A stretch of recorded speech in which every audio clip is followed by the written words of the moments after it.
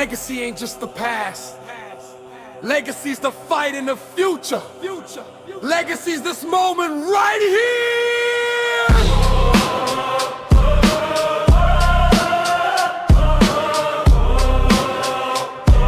Hey folks, we're back. Another episode of Poddin In The Tessy with your host, Grigio the Great. That was a great reveal. I like that a lot. I'm Dereck Ha, and I'm wearing my seatbelt while parked. That's what's up. Oh yeah, we could probably take the seatbelts off. Should we? We looked crazy last time. We looked like we were buckled in to go somewhere. This time, folks, we actually are going somewhere because we have a guest in the back seat. Yes, we do. One of our own. He is Come forward. Let them see your beautiful face. a legacy member and also our first guest on the pod. Let's clap it up for him. Let's go. Numero uno. Yes. Yeah. So, now this gentleman has done countless editing jobs. Your favorite director's favorite director. He is world renowned for his editing and his directing talents from here and abroad. And he is now a newly found producer.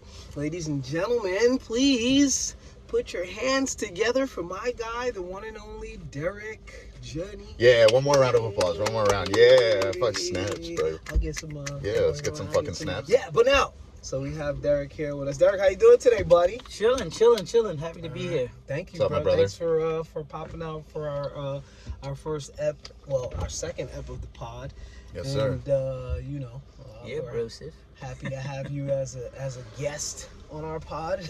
So Indeed, we are, man. yeah. So first, let's start off by I guess if you want, you want to just jump right into the questions? Why not? Yeah, Why we not? can That's jump what we're right here into for, the I guess. questions. Yeah. Jump right All right. you want to go first? You want to go first? I'll open it. So, Take my box while off. I'm gonna introduce this real quick. So, Sure. Janniere is a Dereck Janniere, has a great first name, by the way. Is from New York originally. Spent his last 25 years out in LA, California. Now he is officially back in New York in the tri-state area, in the metropolitan epicenter of the world. And I want to know, since you've been kind of spent half your life there, half your life here, what's your favorite? What do you like more, New York or Cali? And explain why. I actually like them both, but for different reasons. I like Cali because of the weather and the calmness. I like New York for the excitement, for the adventure. You always feel like it's always something new in New York. Mm-hmm. Always. New York. Yeah, New York, there's never a day to rest. Look at The that. city never sleeps. California does sleep, but it's a quite comfortable sleep. So I like them both. So what's like in Cali, right? Like, give me your like day to day in terms of like what you would do spare time wise, like relaxing, and then also like what would you do in New York? You know what I mean? Because you said it's a lot of action here compared. Okay, in California, I wake up, a lot of Zoom meetings. I'll go to a cafe, have some breakfast or brunch, more meetings. If depending on the job or whatever. What's interesting is you could be in the beach and then you could technically go skiing in the same day in California. This is true. Yeah, that's 8 actually really hours, crazy. 8 hours in each direction. This is true. Whereas, so it's a very chill day in California, but Right. there's a lot of phone calls, a lot of dinner dates and brunch dates and meetings, and things kind of slowly happen. In New York, you walk out the door and someone's like, yo, dude, there's an event at this and this and this and this and that, and you need to go and it's important. Next minute you're there at some event and you're meeting new people you've never seen, and before you know it, you're going to another event, and it's like New York feels like if you're crashing parties, like tons of parties. And you're just going from party to party to party, crashing. It's actually a really good way to explain it. You know. Never thought of it like that actually. That's what's up. That's an accurate description of New York. 100%. So now, me personally, I kind of want to take it back a little further. I've known Dereck probably, how long, Dereck? Since we were seven. like Fucking 7 or 8 or some shit like that. So, I've known you for years, and I don't think I've ever asked this question, but how is it that you came to How is it that you came to video? Because my earliest memories of you of you were you were putting music to anime cartoons. You were putting like rock music to anime cartoons and making your own videos when we were like Wow. yeah. Call this man a pioneer, right? So I'm like, what inspired you, or what was it like when you fell in love with like video, or like just the idea of directing or movies, or how did you wind up in this field? It's like a two-part story, but I'll simplify it. Okay. My parents separated when I was 3. Mm-hmm. And all I knew about I had vague images and memories of my father, from 1 to 0 to 3, and all I knew is that my father wanted to be an actor, and he went to LA, so I already knew that about him. Wasn't he like in a movie or something like that? With Bruce Lee or something? No, he was in a movie with Jim Kelly. And he was on the SWAT team as villains, and Kellogg's cornflake commercials and all kind of shit in the 70s. Know this. Mm-hmm. So, but what happened is I already had that about my father, and then my mother bought me a Snoopy. It was like a cartoon projector system where you put these cartridges, and if you play it forward one way, you see the cartoon. If you play it backwards, the cartoon moves backwards. Almost like a Nickelodeon kind of thing, right? Yeah. So as a kid, I was fascinated that if I turned my hand one way, Snoopy would go this way. If I go backwards, he would do the other thing. I was like, yo, I got all this power. And this is 5-year-old me discovering the power of controlling something. Editing. Yeah, right. I was like, this is amazing. So I was fascinated. And then say a year later, right? I remember going to the movies, and my father's movie came out, and he was the villain, and he's fighting Jim Kelly, and they have this big roof fight scene at the end. And think black people in the 70s, whatever. Right. So I'm in the theater, and the black people like, yeah, kick his ass, Jim Kelly, kick his ass. And I'm watching, and then all of a sudden, so is your dad is he's Panamanian? Oh, is he white? Your dad's white? No, my dad's not white. My dad's a black dude from New York. Right. So if him and Jim Kelly are fighting, why are they telling him to kick his ass? Because he's the villain. Oh, he's the villain. Okay. So, the irony in that. So they take. Jim Kelly takes my father's back and breaks it, and my father's like, on the floor. And everyone, I just remember seeing black people getting up like, yeah, that's right, kick his goddamn ass. And I'm 6 crying, bawling my eyes. No. And then the woman, the black woman turns to me, like, why the hell is he crying? Because that's his father. That ain't his father. No, that's his father. He's like, oh, I'm sorry, little boy. And I'm just crying like, you didn't know it was like they were acting? Well, yeah, I was a little kid. Right. I was in movies. So that stuck with me. But then eventually I went to see my father, and I actually met Jim Kelly. Okay. And that's a whole nother story. But wow. But those two moments fuck you up. Those two moments, the sense of control of animation and seeing my father in movies kind of started that idea of motion and movement and controlling it, and it just turned its way into film. Wow. Dope. Great question. Thank you. Great question. So was yours. So was yours too. Yeah. No, we're not competing. I didn't know that about the dude. Which was better, like, New York or Cali?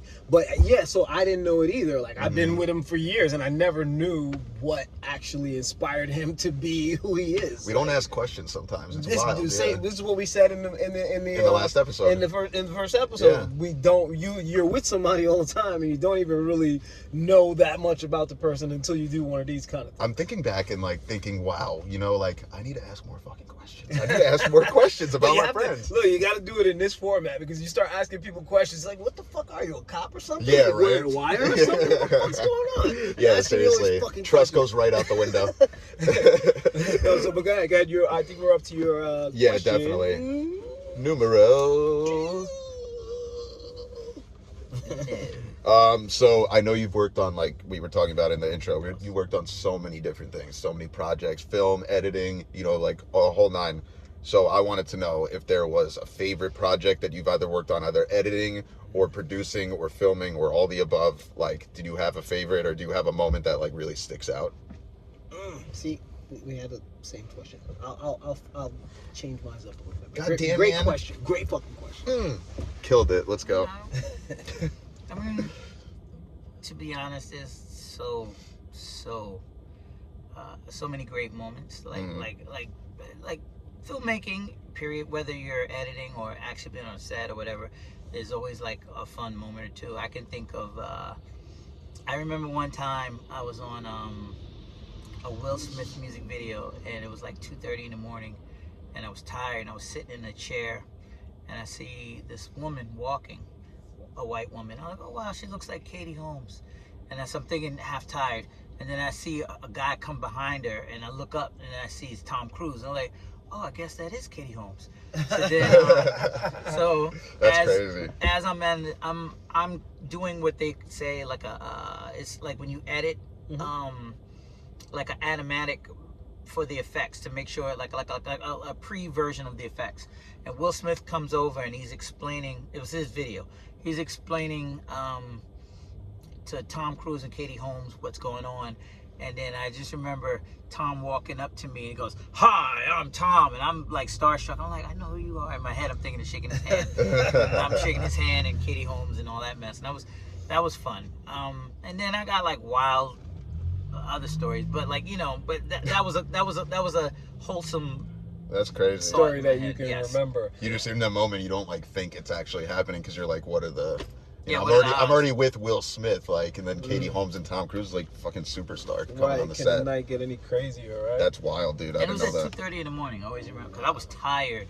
I was like, yo, is this set gonna end? We've been here since 7 o'clock, and we were just trying to get all the stuff done. It was like a 17-hour shoot.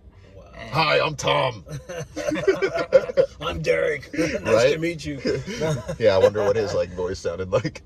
So, I kind of had a similar question, but the question I'm going to ask you is, okay, so in that same regard, who was probably one of the suckiest people to work with? Because you've actually worked with a lot of big names. If I ran down the list, like Dr. Dre. I can't tell you the suckiest Slippery stories. Puff. I can't tell you the suckiest. Though I do have some off-camera. All right. Well, not the suckiest, but who gave you a fit? Who was? Oh, I know where you're trying to lead. A difficult. No, honestly, I'm not. I'm trying to find out who was probably the most difficult person to work with, Okay. or most difficult situation for you to be in.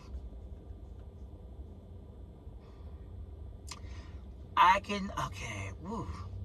I had some. So many. No, Right. I'm just thinking about like I could tell you like funny ones like. I think that would be a better way to go. Is like maybe Right. maybe who was like more cool. Can we do like who was more cool than you expected? Okay, yeah. Okay. I don't mean to I can shit on say your the- question. No, the coolest, perfect. one of the coolest people that I've interacted with. We were going to work with each other, but we didn't. What happened was we were going to do a short film, and it was going to star Timbaland. And it was moving forward, and everything was great. And I remember coming to his hotel room, and I was just sitting there, and his only concern was, am I okay? Do I want something to drink? Do I want something to eat? He says, you hungry? Want something to eat? So like he got me pizza, like Snickers bars, sodas, like all kind of stuff was just flying at me. And like I was just well taken care of. I was like, wow, this guy's Sounds really like heaven nice for dude. you. Guy loves Like, his junk. she was up. just like, Timbaland. Yeah, shout out to Timbaland. Timberland for being a real one. That's whereas awesome. another person I can think of, he would eat entire meals, look me dead in the eye, and never once offer anything. And he was just like, I bet I know who that is. I know. All I can say is that person right now. You're treading troubled No, waters right I now. know. You know, I know because he told me the story, but Yeah. I definitely know. And this person is super uber rich, like fucking a B I'll just say rich. this person has been known to walk around Japan and people see him just walking through Japan. But he's not Japanese. But, Right, that's weird. And, They'll never get it. yeah. They'll never get it. But I'm catching the drift, picking up what you're putting down, so to speak.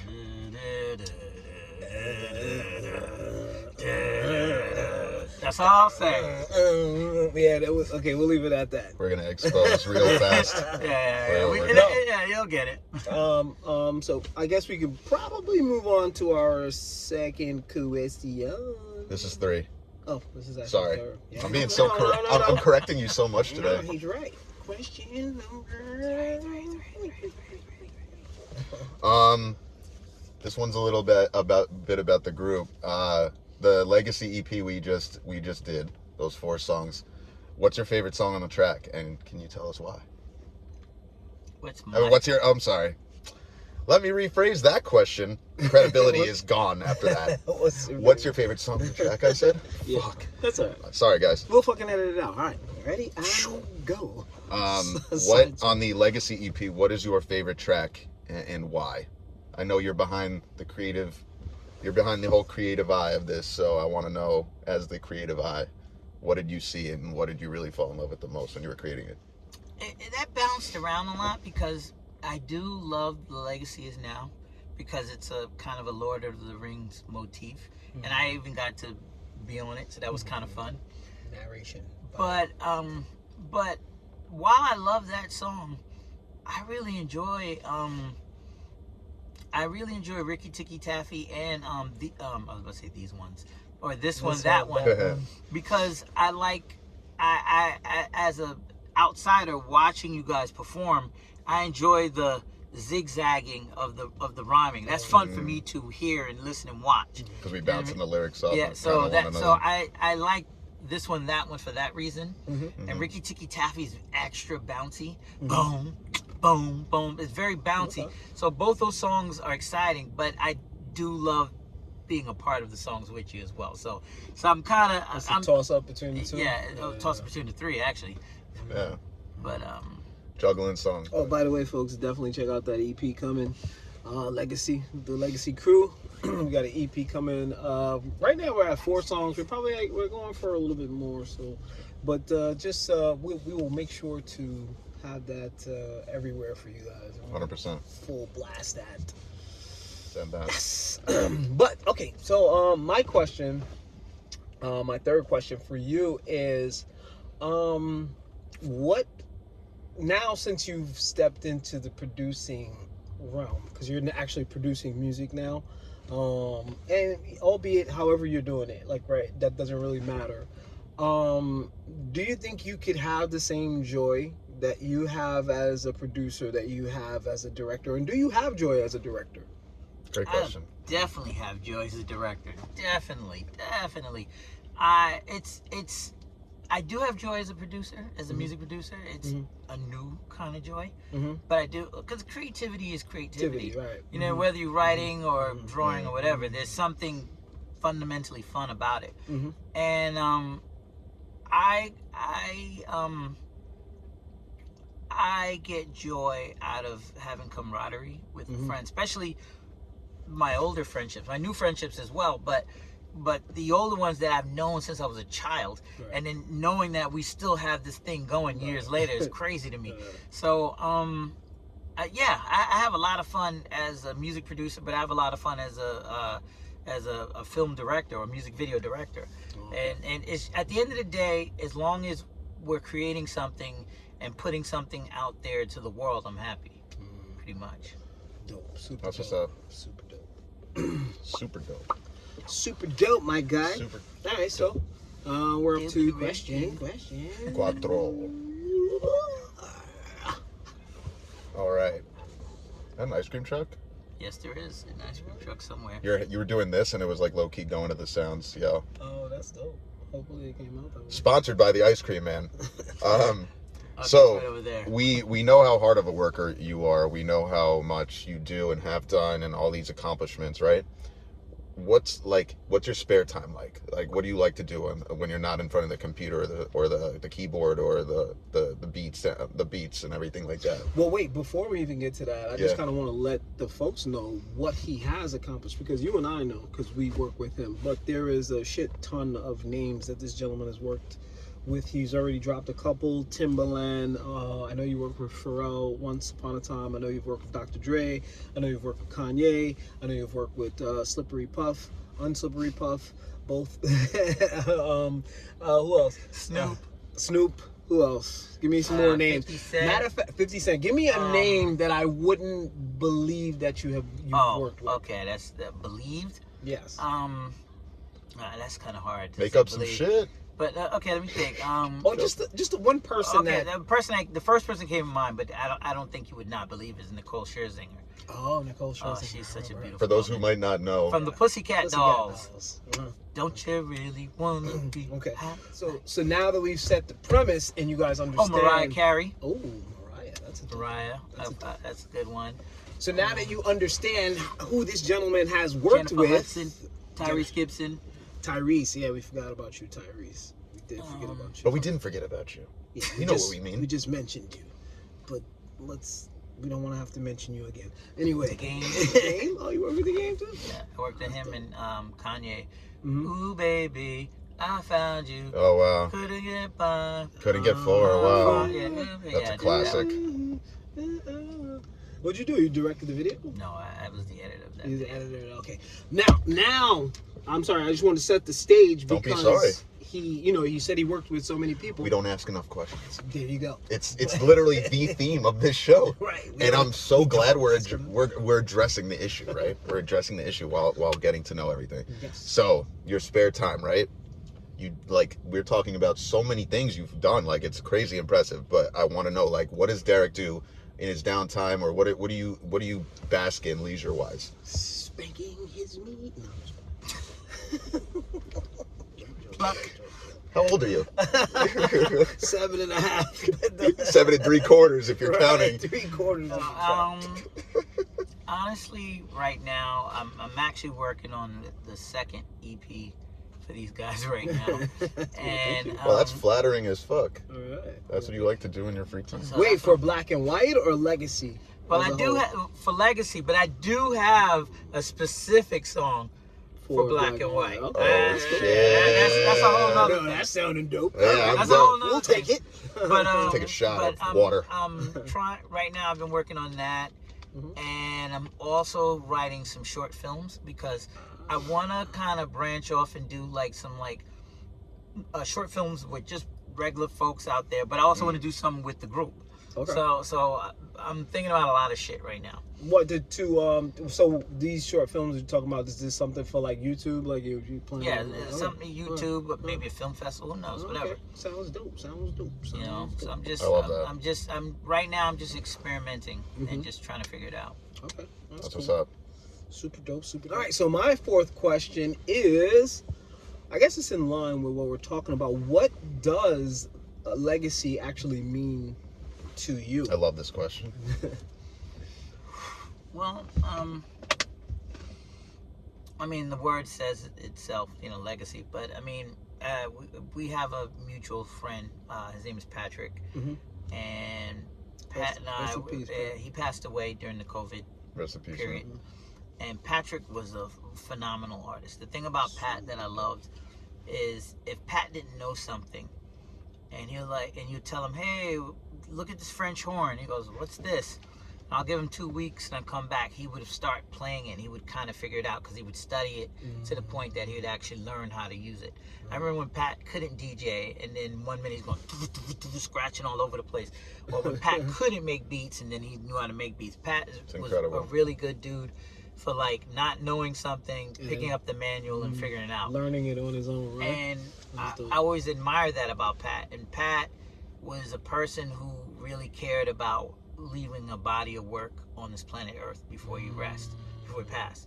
And for me, and even Mahes, we've talked about this, another member of Legacy, Mahes. Yes, shout out Mahes. Dark Mahes, Truth. What up? he should be either our second or a third guest. I'm not sure, but we're trying to line He's it in the up. queue for Yes, sure. he's definitely in the queue. Dark Truth. That's true. So Mahes and I, we've talked about legacy a lot, and leaving something behind for the next generation. So that's always in the back of my mind. Like it's like nagging, like right here. So for me, legacy is like, you know, I want to leave something for other people to see, learn, observe. The same way how we listen to, like, I don't know, Martin Luther King, or we listen to Marvin Gaye, or we listen to Run DMC. We're getting stuff from these people, and we're learning stuff from these people, and we're becoming better because they're handing the torch to us. I would like to do the same for whoever out there. Dope. That question just leads to the most amazing answers, right? It's so it's so raw and genuine. Like, well, it also peels back some of the layers so you can see where a person's like right, where their heart is, their motivation is, their goals are at. So now we're coming down to our final question, and that is, this question always kind of leaves us off on a good note. If there is something that you could improve upon, what would that be? Whether it be in your craft or in the world or just period. What would you like to improve upon? Make better. What would you like to make better? There's so many layers to that question. Because when you said improve upon. Okay, well, I wish, for myself personally,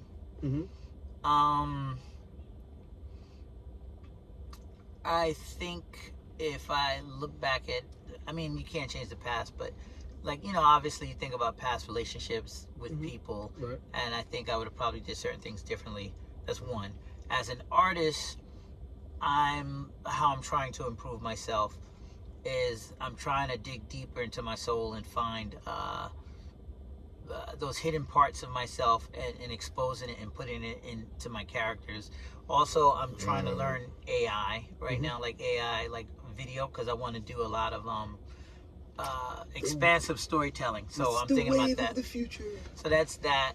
In regards to the world now, first I talked about me personally, then I talked about my art, now I'm talking about the world. I think from the world perspective, if there was a way to improve stuff, I wish the country we live in, and not to sound extra deep and social no, we like that. We like that. Social justice person, but give it to the people. I just feel like we live in a world where it's profit before people, and we've gotten so much into profit that we're forgetting about people. Because just think about it. People's wages haven't really gone up that much, but yet everything is so expensive. Everything, and there's no middle class. It's just rich and poor. So I think about that a lot, and sometimes my art and my thoughts about my art reflects that. So I wish that can change for society, but I also wish for me personally that I can learn more about how to do more things in AI. But then I also want to reflect as a writer and say I want to take more of my deepest thoughts and be more forward with it in my work. So those are the three different things I'd like to change. You're trying to bring more out of yourself in a way. Yes, right? Totally. Okay, I love that.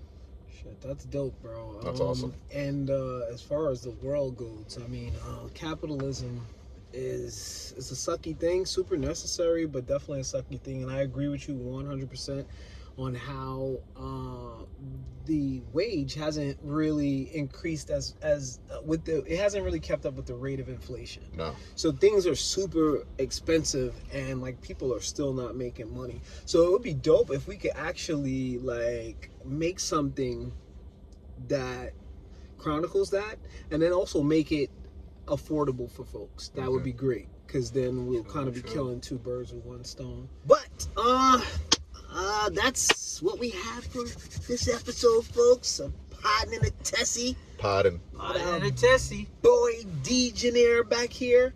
You know what I mean? Boom. And we will be back at you, folks, next week with episode 3. Peace. Peace. And we're out.